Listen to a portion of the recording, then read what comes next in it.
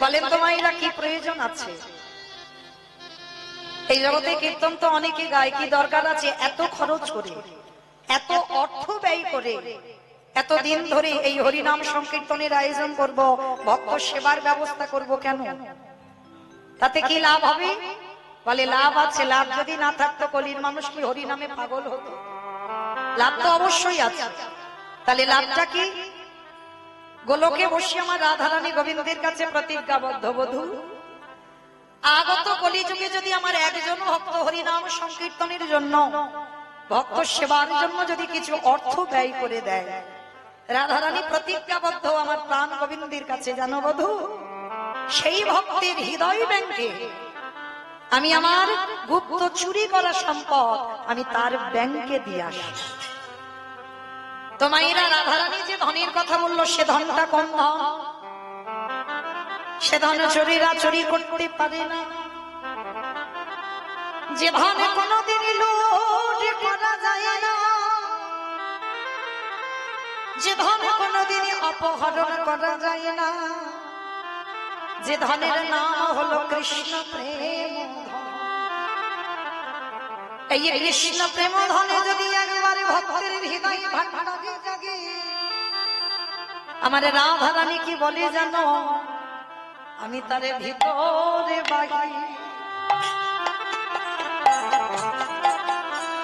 বাহিরে আমি আলো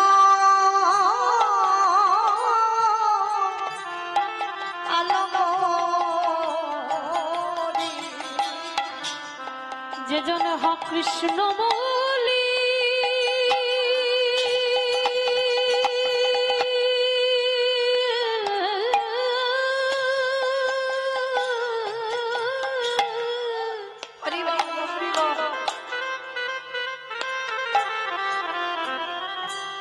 হ কৃষ্ণ কৃপা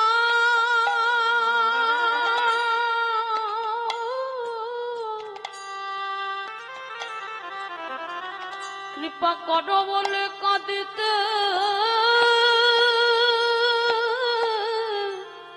পারে,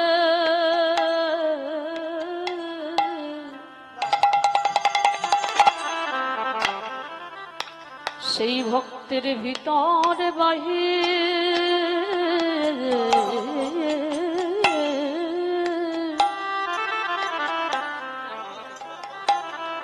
বাহিরানো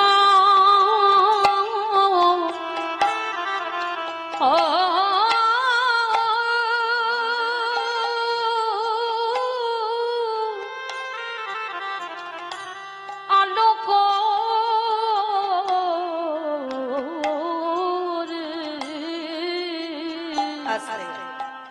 তো মায়েরা, এই যে কলির মানুষের একটাই তো মুক্তির পথ, যেটা হলো হরিনাম সংকীর্তন। আপনারা প্রশ্ন করবেন, মৌমিতা, ও যত যত কীর্তনিয়ারা আসে ওই একটাই কথা বলে, বলে হরিনাম শোনো, হরিনাম গাও, ভগবানের জন্য একাদশী করো, ভগবানের চরণে তুলসী দাও, ও ছাড়া কলির মানুষের কোনো গতি নাই। কিন্তু মায়েরা, কীর্তনিয়ারা বলবে আর আপনারা শুনে সব বাড়িতে চলে যাবেন, হবে না। একটু অনুভব করতে হবে, একটু বিচার করতে হবে। এই যে কীর্তনিয়ারা বলছে হরিনাম ছাড়া কলির জীবের কোনো গতি নাই, কোনো পদও নাই, মায়েরা ভালো করে একটু বিচার করে দেখেন তো সত্যি কি গতি আছে? গতি যদি থাকতো, বাবা, যে যত বড় ধনী হোক না কেন, যার যত টাকা থাকুক না কেন, যার যত অর্থ থাকুক না কেন, কেউ যদি সারা জীবনে দিল্লি বম্বে কাটায়, তবু কিন্তু মনে রাখতে হবে পৃথিবীতে তোমার এ জগতে কেউ কারোর নয়। এসেছো খালি হাতে, যাবে তুমি খালি হাতে। যেদিন এসেছিলে তুমি সঙ্গে কিছু নিয়ে আসো না, আর যেদিনে ভব ছেড়ে চলে যাবে তুমি সাথে কিছু নিয়ে যাবে না। তাহলে যাবে কি তোমার কর্মফল? কতদিন তুমি সাধু সঙ্গ করেছো, কতদিন ভক্ত চরণ আশ্রয় করেছো, কতদিন একাদশী করছো, কতদিন হরিবাসরে বসেছো, কতদিন ভাগবত আসরে বসে ভাগবত কথা শ্রবণ করেছো। এই ভালো ভালো কর্মগুলো তোমার সাথে যাবে, আর কেউ যাবে না। কিন্তু মায়েরা, আমরা সবাই আগলে বসে আছি, ছেলে আমারে, মেয়ে আমারে, জায়গায় আমারে, জমি আমারে, বিষয় আমারে, বৈভব।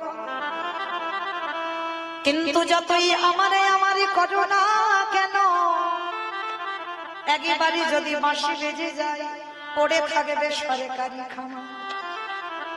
তাহলে এ জগতে তোমার কেউ নয়, কেউ কারোর নয়, যে যত তাড়াতাড়ি জানতে পারবে না তত তাড়াতাড়ি তার লাভ হবে।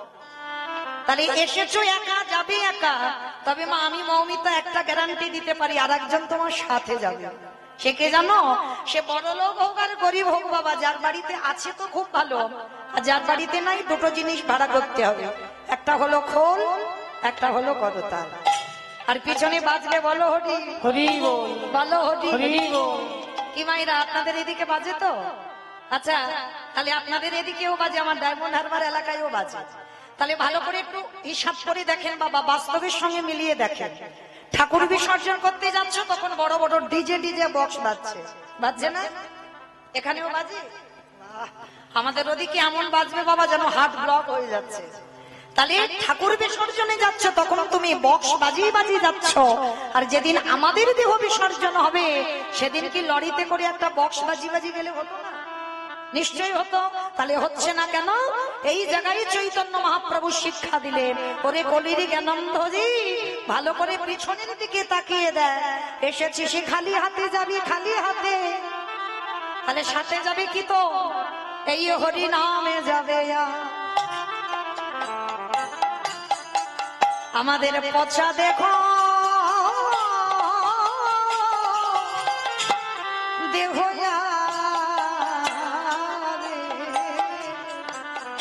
যেদিন তুমি ভাবো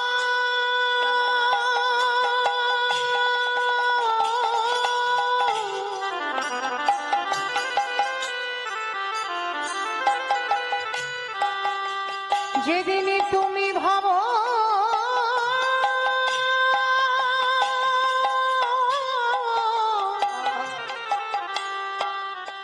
যেদিন তুমি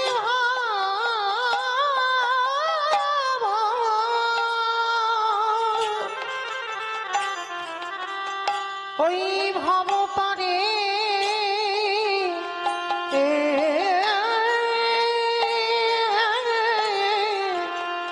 পরে যাবে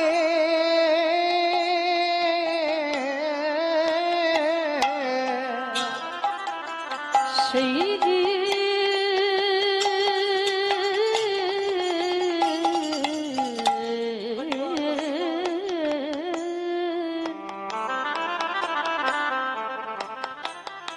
সেই দিন নাম যাবে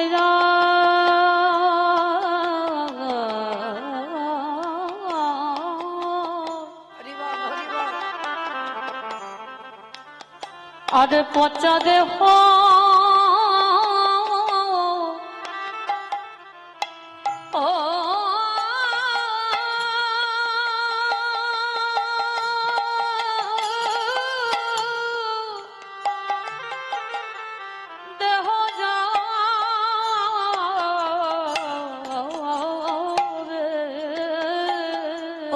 সেদিন আপনে বলতে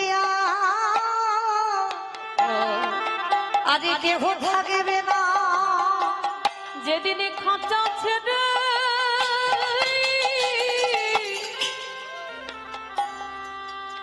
এই প্রাণ পাখি চলে যাবে।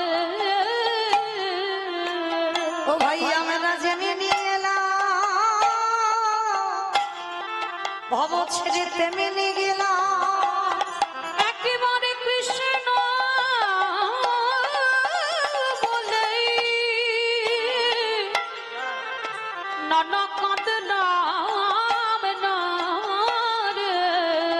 আমাদের কৃষ্ণ ভজন সাধন হলো না ভাই, কৃষ্ণ বলবো বলি ভবে আমাদের যেন চরণ ছাড়া করো না ভাই, শুধু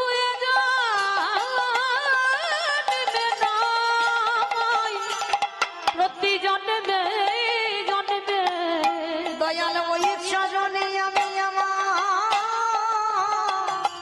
সবে সপিলাম, আমার দেহ মন প্রাণ জীবন যৌবন দয়াময় আমার কেশ ধরে টেনে নিও,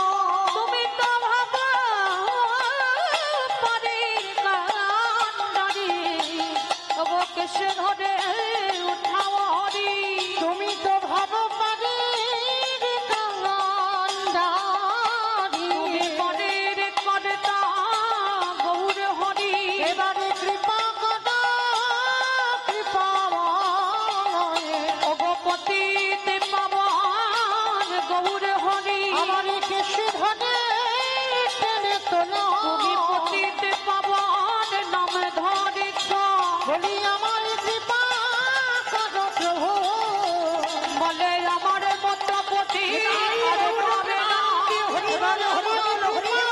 প্রভু, একবারে প্রেমানন্দে বিভোর হই, আমার মতো আগে পাবে প্রেমানন্দে বিভোর হই, মতপতি পাবে না, নামে যাবে যার পচা দেহ যাবে। আসলে তাহলে মায়েরা কি বুঝলাম? হরি ছাড়া, হরি নাম ছাড়া, ভগবানের কৃপা ছাড়া, ভগবানের চরণ আশ্রয় ছাড়া আমাদের জীবনে কোনো গতি নাই, গতি নাই, গতি নাই। তাহলে চলো সেই গুরুচরণ আশ্রয় করে আজকে সবাই আমরা যে বাড়িতে উপস্থিত হয়েছে, তো মায়েরা ভগবত কৃপা, এই যে ভগবানের এত সুন্দর হরিবাসরটা সাজানো, এত হাজার হাজার টাকা, লাখ লাখ টাকা ব্যয় করা, আমি জানি বাবা, আমরা কীর্তনিয়া তো বুঝি। এই যে বাবা এত বয়সে আমাদের দক্ষিণ 24 পরগনা উনি একজন, এখনো বাবা কীর্তনে গেলে বাবা গাছে পালাতে এখনো লোক ভর্তি হয়ে যাবে। আজকের এত কষ্ট করেও মানুষ তার হরিবাসরে দাঁড়াতেও কষ্ট হয়, সেই মানুষটা তবু বাবা ওই হরিনাম করে, এই ভগবানের নাম কথা বলে অর্থ উপার্জন করে ভক্ত সেবা, হরিনাম সংকীর্তনের আয়োজন করে। তো আপনারা আশীর্বাদ করবেন বাবা, যেন আমৃত্যুকাল, মৃত্যুর আগের দিন পর্যন্ত এইভাবে যেন হরি কথা, কৃষ্ণ কথা ভগবানের সামনে আমাদের মতো অধম কীর্তনিয়াদের এনে শোনাতে পারে। এইভাবে যেন ভগবানের নাম করে যে অর্থ রোজগার করে, সেই অর্থ দিয়ে যেন ভগবত সেবার কাজে লাগাতে পারে। নিতাই গৌর প্রেমানন্দে। হরি বল, হরি বল। তো যাই হোক, আপনারাও গ্রাম প্রতিবেশী যারা ভালোবাসেন আগিয়ে আসবেন, কারণ এই যে ভগবানের কাজে, এটা তো বাবা কারোর একার সম্পদ নয়। এই যে হরিনাম কারোর একার সম্পদ নয়, ব্যক্তিগত হলেও সবার, এইটা মনে রাখতে হবে। ব্যক্তিগত কীর্তন ঠিক কথা, কিন্তু সবার, কারণ ভগবান তো কারোর একার নয়, ভগবান চোরেরও হয়, ভগবান সাধুরও হয়, তাহলে ভগবান সবার। তো আপনারা যতজন এসেছেন আশীর্বাদ করবেন, এই বাড়ির আত্মীয়, বন্ধু বান্ধব, পরিজন, যত ছাত্রছাত্রী যারা সবাই আছে, সবার যেন অন্তিম সময় পর্যন্ত এইভাবে গৌর গোবিন্দ কৃপা থাকে, মন মতি থাকে। নিতাই গৌর প্রেমান। হরি বল, হরি বল। তো চলেন আজকের আমরা সবাই মায়েরা কিছুক্ষণ হলেও যেতে হবে শ্রীধাম নদিয়া নবদ্বীপ ধাম। শুধু আমি বলে নয়, আমি তো কীর্তন জগতে সব থেকে কনিষ্ঠা। যত যত কীর্তনী আছে সবাইকে আগে আমার দুটো ছেলেকে ডাকতে হয়, এক হলো আমার নিতাই চাঁদ, এক হলো আমার গৌর চাঁদ। তবে মা আমার ছেলে নয়, আমাদের ছেলে, সবার ছেলে, কারণ ওই দুটো ছেলেকে বাদ দিয়ে তো কীর্তন হবে না। কেন? সংকীর্তন পিতা শ্রীকৃষ্ণ চৈতন্য, সংকীর্তন যজ্ঞে তারে যেই ভজে সেই বড় ধন্য। তাহলে কীর্তনের প্রারম্ভে বাবা আমার গৌরকে যদি ডাকা না হয়, তাহলে রাধা গোবিন্দের তো লীলা আস্বাদন হবে না। কারণ গৌর যদি না আসতো, আমার রাধা কৃষ্ণের প্রেম মহিমা আমরা কেউই জানতে পারতাম না। তো চলেন আজকে নবদ্বীপের মাটিতে গিয়ে দেখব, যিনি সত্যতে নারায়ণ, ত্রেতাতে রাম, দাপরে কৃষ্ণ, কলিতে গৌরাঙ্গ। তো যে তিথি, যে সময়, যেখানে প্রভু আমার এসেছিলেন, পৃথিবীতে কোনো সাধারণ ভক্তের ডাকে আসেনি, এসেছিল কার ডাকে? না শান্তিপুরের মাটিতে বাবা বুড়ো অদ্বৈত আচার্য গোসাই। আচ্ছা বলেন তো বাবা, পৃথিবীতে তো ভক্তের অভাব নাই, হাজার হাজার ভক্ত আছে, লাখ লাখ ভক্ত আছে, কোটি কোটি ভক্ত আছে, ভক্তের অভাব নাই। তাহলে এত ভক্ত থাকা সত্ত্বেও একেবারে শান্তিপুরে বুড়ো মালির ডাকে আসতে হলো কেন? কারণটা তো নিশ্চয়ই আছে বাবা। কারণ যদি না থাকতো, ভগবানকে কেন বা 12 বছর তুলসী বাসিয়ে ডাকবে? আর যে মানুষটা ডেকেছিল আমার মহাপ্রভুর থেকে 52 বছরের বড় ছিল। তাহলে আজকে আমরা জানবো কৃষ্ণ কলিযুগে যেদিন গৌর হয়ে এলো, নবদ্বীপের অবস্থাটা কেমন ছিল জানো? আজ নদীগা উদয়গিরি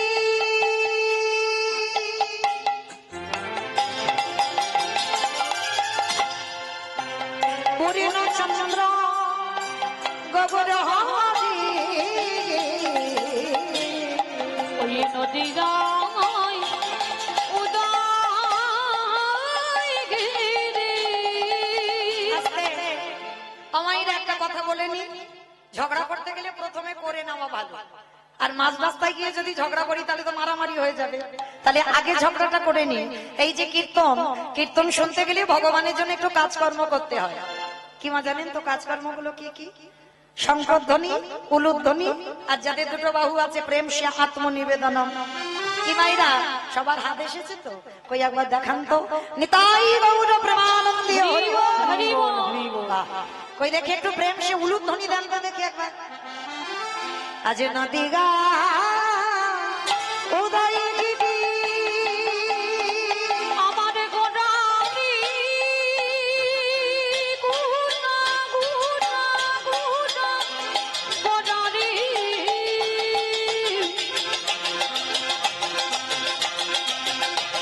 গোড়া গোড়া গোড়া গোড়ালি গুনা গোড়ালি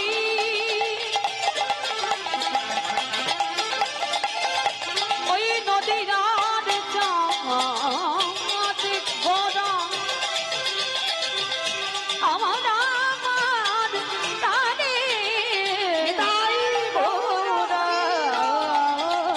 অর্জুন দিয়াই গোড়া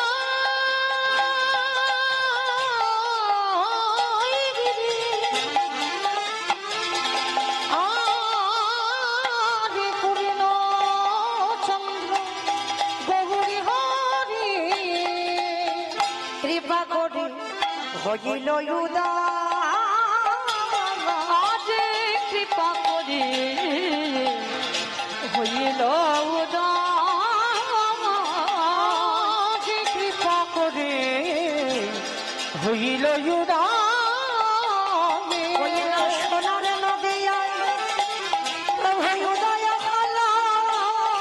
সোনার নদী আছে গৌরদাই হল হইল কলির জীবী উদ্ধারী ওই নদী আছে উদয় হল কৃষ্ণ প্রেমে প্রচারিত ওই নদী আছে উদয় হল জনন ধন্য করি ওই নদী আছে উদয় হল ধন্য করি আছে উদয় হল নদী আছে উদয় হল কৃপা করে হইল উদয়। আসতে নবদ্বীপের মাটিতে ব্রজেন্দ্র নন্দন কৃষ্ণ কলিতে হলো গৌর হলো। মাইরা এবার একটু আমি বলবো, আপনারা মন প্রাণ দিয়ে শুনবেন কেমন। অচৈতন্য জীবের চেতনার জন্য কীর্তন নাম নিয়েছেন পতিত পাবন, কেন আমাদের মতো পতিতদের উদ্ধার করবে বলে। তাহলে আজকের এই নবদ্বীপের মাটিতে দাঁড়িয়ে সেই শান্তিপুরের বুড়ো মালির ডাকে যে কৃষ্ণ গৌর হলো, তাহলে মামা আমাদের জানতে হবে যে মানুষটার ডাকে কৃষ্ণ গৌর হয়ে এলো, ব্রজধাম ত্যাগ করে গেল, আজকে রাজ ঐশ্বর্য রাজ সুখ ত্যাগ করে হাতের বাঁশি ফেলে মাথার চূড়া ফেলে দিয়ে কাঙাল হয়ে নবদ্বীপের মাটিতে এসেছে। তাহলে তিনি কে না অদ্বৈত আচার্য গোসাই। তাহলে বাবা আজকে আমরা জানবো যে মানুষটার ডাকে কৃষ্ণ গৌর হলো, তার কতটা পাওয়ার বা ক্ষমতা ছিল, কতটা ক্ষমতা ছিল, যার জন্য তো 12 বছর তুলসী ভাসি আমার কৃষ্ণকে আনলো ডেকে। তাহলে যে মানুষটার মধ্যে এতটাই ক্ষমতা ছিল সে কে ছিল জানো? যার একটা নাম হচ্ছে বাবা মৃত্যুঞ্জয়। বাবা মৃত্যুঞ্জয় কোন ঠাকুরকে বলে? বলা না, বাহ, শিব ঠাকুরের একটা নাম হচ্ছে মৃত্যুঞ্জয়। কেন? সত্য ত্রেতা দাপর এই 3 যুগে আমার বাবার মৃত্যু হয়নি, একই বাবা ভোলানাথ হয়েছিল। আর ওই বাবা ভোলানাথ কলিকালের মাটিতে হয়েছে অদ্বৈত আচার্য গোসাই। কিন্তু আমাদের জানার বিষয় মা, সত্যতে যে শিব হলো, ত্রেতাতে যে শিব হলো, দাপরে যে শিব হলো, কলিতে হলো না কেন? হলে কি অসুবিধা হতো? বলে না, অসুবিধা হতো না। তাহলে হচ্ছে না কেন? একটাই মাত্র কারণ বাবা। কারণটা কি জানো? যেমন মানুষ আমরা অপরাধ করি, দেব দেবী এরা কি অপরাধ করে না? করে। সামান্য একটা অপরাধের জন্য বাবা কলিযুগে শিব হচ্ছে না। যতই আপনারা আমরা বাবার মাথায় জল দিই না কেন, যত শিব চতুর্দশী করো না কেন, আর যত শ্রাবণ মাসে বাবার মাথায় জল দাও না কেন, বাবা কিন্তু কলিযুগে শিব রূপটা ধরে আসেন। এসেছে অদ্বৈত আচার্য। কেন? এই কেনর কথা জানতে গেলে বাবা আমাদের সবাইকে যেতে হবে একটু মহাভারত, কারণ ঘটনাটা তো মহাভারতেই ঘটেছিল। সামান্য একটা অপরাধ করে ফেলেছিল পরম বৈষ্ণব বাবা ভোলানাথ। তো অপরাধটা করেছিল কবে জানো? যেদিন বাবা মহাভারতে যুধিষ্ঠির মহারাজ রাজস্বাই যজ্ঞ করেছিল। এই রাজস্বাই যজ্ঞে ভগবান কৃষ্ণ সবাইকে দায়িত্ব দিয়েছিল, সবাইকে। আর যুধিষ্ঠির দাদা বলেছিল, কৃষ্ণ কৃষ্ণ তুমি তো সবাইকে দায়িত্ব দিচ্ছ, কৃষ্ণ তুমি নিজে কোনো দায়িত্ব নেবে না? ভগবান আমার একটু মুচকি হেসে বলেছিল, জানো দাদা, আমি তো সবাইকে একটা করে কাজ দিয়েছি, কিন্তু আমি আমার বেলা আলাদা করে দুটো দায়িত্ব ফেলে রেখেছি। সে কি? সবাইকে একটা করে কাজ, আর তুমি তোমার নিজের বেলা তুমি দুটো দায়িত্ব নিয়েছো। কৃষ্ণ তাহলে তুমি কি কি দায়িত্ব পালন করবে একবার বলো তো দেখি। বলে, জানো দাদা, আমার প্রথম কাজ হবে এই রাজস্বাই যজ্ঞে যত সাধুগুরু ব্রাহ্মণ বৈষ্ণব আসবে, যত যত ভক্ত আসবে, আমি কৃষ্ণ দয়াময় হয়ে সবার প্রথমে নিজের হাতে আমি চরণ যুগল ধৌত করে দেব। নিতাই গৌর প্রেমানন্দে হরি বল, হরি বল। সবার আগে আমি দুটো চরণ যুগল ধোয়াবো, এটা হলো আমার প্রথম কাজ। আচ্ছা বাবা ঠাকুর বলেন তো, যিনি বিশ্বের স্রষ্টা মালিক ভগবান, যার কোনো কিছু অভাব নেই, যে মনে করলে পৃথিবীটাকে একটা সেকেন্ডে বাবা লয় প্রলয় করে দিতে পারে, যার একটা ইচ্ছাতে মরা গাছে ফুল ফোটে, যার একটা ইচ্ছাতে শুকনো গাঙে উজান বয়, বিশ্ব ব্রহ্মাণ্ডটা আছে বাবা যার নখ দর্পণে, যে ভগবানের কোনো কিছু অভাব নেই, সেই ভগবান আজকের পা ধোয়ার ব্যবস্থাটা কেন করছে? এমনি এমনি নয়, নিজে আচরি ধর্ম জীবেরই শেখায়, নিজে না করলে ধর্ম জীবকে শেখানো না যায়। মনে রাখতে হবে মা, সবার আগে নিজের আচরণ ঠিক করতে হবে। এই জগতে আমরা বহু বহু কীর্তনিয়ারা বাবা হরিবাসরে জ্ঞান দিয়ে যাচ্ছি, নিজে আচরি ধর্ম জীবেরই শেখায়, নিজে না করলে ধর্ম জীবকে শেখানো না যায়। তাহলে যারা শিক্ষার জায়গায় দাঁড়ায় বাবা, আগে তো তাদের নিজেদের আচরণ ঠিক করতে হবে। আর আচরণ যদি ঠিক না হয়, তাহলে আমার মুখ থেকে কোনো কথা শ্রবণ করে কি শিক্ষা হবে বলে মনে হয়? তাহলে ভগবান সবার উপরে সব দায়িত্ব দিয়ে পাঠায়নি বাবা। যেমন আমাকে যদি বলে আমাকে স্কুল মাস্টারি করতে, আমি কি পারবো? পারবো না। আমার উপরে দায়িত্ব দেওয়া হয়েছে হরি কথা কৃষ্ণ কথা বলতে পারবে, এর বেশি নয়। তাহলে ভগবান কারোর উপরে দায়িত্ব দিয়ে পাঠায়, কিন্তু সবার উপরে নয়। তাহলে ভগবান নিজে আচরণ করে রাজস্বাই যজ্ঞে শেখাচ্ছে, যত যত ভক্ত আছে সবার চরণ যুগল ধৌত করাবে। আচ্ছা মা, এই জায়গাটা একটু অনুভব করেন তো, যে ভগবান যার কোনো কিছু অভাব নেই, সেই ভগবান আজকের পা ধোবাবে কেন? এমনি এমনি নয়, ভগবান পা ধোয়াচ্ছে কেন জানো? এই জগৎ সংসারে ভগবান জগৎকে শেখালো, রে জগৎ, তোদের ঘরে যদি সাধুগুরু বৈষ্ণব আসে, তোদের দুবারে যদি কোনোদিন বৈষ্ণব আসে, বৎসরন্তর গুরুদেব যদি আসে, সবার আগে চেষ্টা করিস নিজ হাতে চরণ যুগল আগে ধৌত করে দিতে। এটা মনুষ্য জীবনে কর্তব্য মা। আমরা আগেকার দিনে নিয়মগুলো ছিল, এখনকার দিনে ভুলে যাচ্ছি সব। এখনকার দিনে আমাদের আর মনে নেই সেই সব পুরানো সংস্কৃতির কথা। কিন্তু আমার ঠাকুমাদের দেখতাম, বাড়িতে বয়স্ক লোকেরা এলে বসতে দেওয়ার আগে আগে পা ধোয়ার ব্যবস্থা হতো। কিন্তু আমাদের মতো মেয়েরা যত টিভি সিরিয়াল দেখি, আর আমাদের আচরণ গুলো তেমন হয়ে যায়।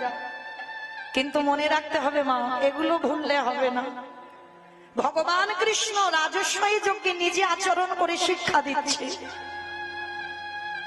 যত যত ভক্তরা আসছে সবার চরণ ভগবান কৃষ্ণ ধৌত করছে। তো এই জন্য চরণ ধরি বলে যাই মা, আমার একটু উলুদ ধরি দেখি।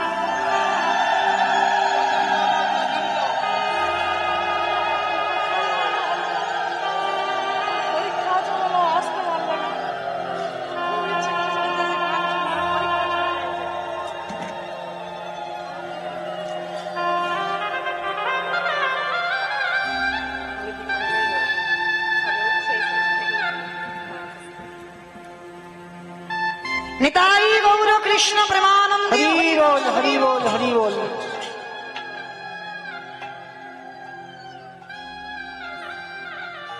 তাহলে এই জগৎ সংসারে ভগবান নিজে আচরণ করে জগৎকে শেখাচ্ছে মা। তাই প্রত্যেকটা মনুষ্য জীবনে কর্তব্য, বাড়িতে যদি গুরুজন আসে সবার আগে পা ধোবার ব্যবস্থা করতে হবে। তো যদি বছরান্তর সাধুগুরু বৈষ্ণব নাও পান, মনে রাখবে মা এই অধম কীর্তনিয়ার কথা যদি কারোর স্মরণে থাকে, বৎসরে একবার যে যার ঘরের বাবা মা তো আছে, যদি পারে বছরান্তরে একবার বাবা মাকে সিংহাসনে বসিয়ে, বছরে যেমন ভগবানকে সেবা দাও, ভগবানকে পূজা দাও, ভগবানকে খেতে দাও, ঠিক বছরান্তর একবার সিংহাসনে বাবা মাকে বসিয়ে নিজের হাতে দুটো চরণ যুগল ধৌত করে নিজের হাতে একবার যত্ন করে খাইয়ে দিও। ভেবে দেখেছেন আপনারা আমরা ছিলাম কোথায়? 10 মাস 10 দিনে যে মা কত কষ্ট ভোগ করে, কত যন্ত্রণা ভোগ করে গর্ভে ধারণ করে রেখেছে। তাহলে আমাদের মনুষ্য জীবনে কি কর্তব্য নয় যে বছরে একবার অন্তত বাবা মার চরণ যুগল ধৌত করে একবার অন্তত নিজের হাতে খাইয়ে দিই? যে মা তো কত রাত নিজে না খেয়ে সন্তানকে খাইয়েছে, যে মা কত রাত না ঘুমিয়ে সন্তানকে ঘুম পাড়িয়েছে, আর সেই সব সন্তানরা বাবা মাকে নিয়ে বৃদ্ধাশ্র। কিন্তু মনে রেখো মা, এই জগতে ভগবান ভাগবতে সুদামাকে বারবার বলেছে, সুদামা এই পৃথিবীতে সব থেকে বড় গুরু হলো যে যার ঘরের বাবা মা, তারপরে গুরু হলো শিক্ষা গুরু, দীক্ষা গুরু, তারপরে গুরু হলাম আমি ভগবান। ওই ভগবান তো একবারও জাহির দেখিয়ে বলেনি সব থেকে বড় গুরু হলাম আমি ভগবান, না। সবার আগে বাবা মাকে জায়গা দিয়েছে। কেন?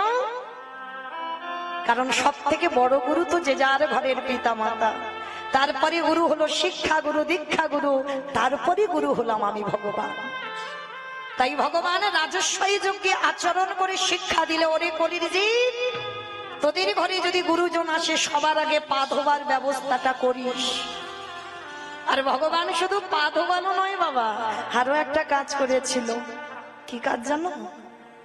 যত যত ভক্তরা প্রসাদ পেয়েছে, কৃষ্ণ দয়াময় ওই প্রসাদের পাত্রগুলো নিয়ে নর্দমায় ফেলেছে। শুধু নর্দমায় ফেললো না বাবা, ওই পাত্র থেকে একটু করে প্রসাদে তুলে নিয়ে কৃষ্ণ আমার সারা গায়ে মারছে। বুঝে ভকেতে নিতাই গৌর প্রেমানন্দে।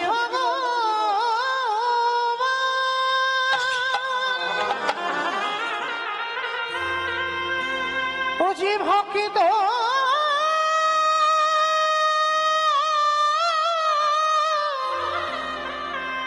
ভকিত ছাড়া কিছু জানে না,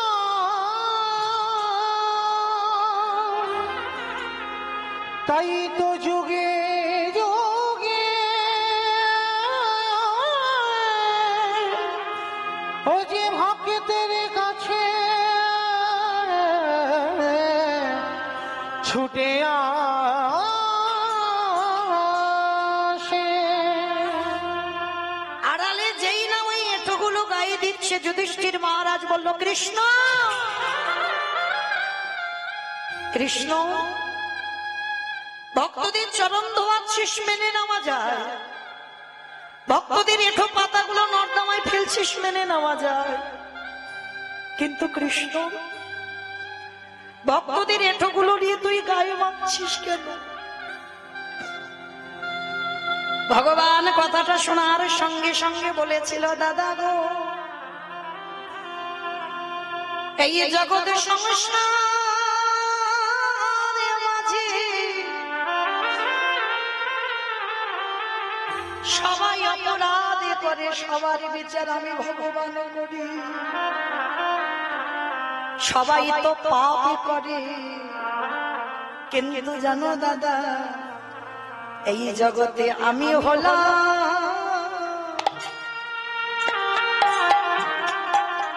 আমি হলাম মহাপাপী। এ জগতে সবার বিচার,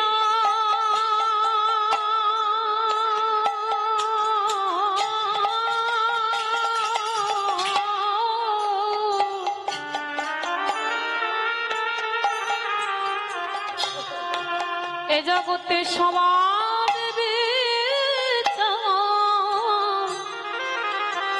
বিচার করে বটে।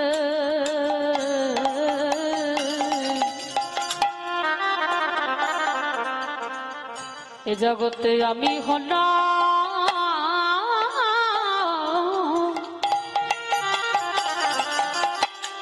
মহাপাপী। হরে কৃষ্ণ রে, হরে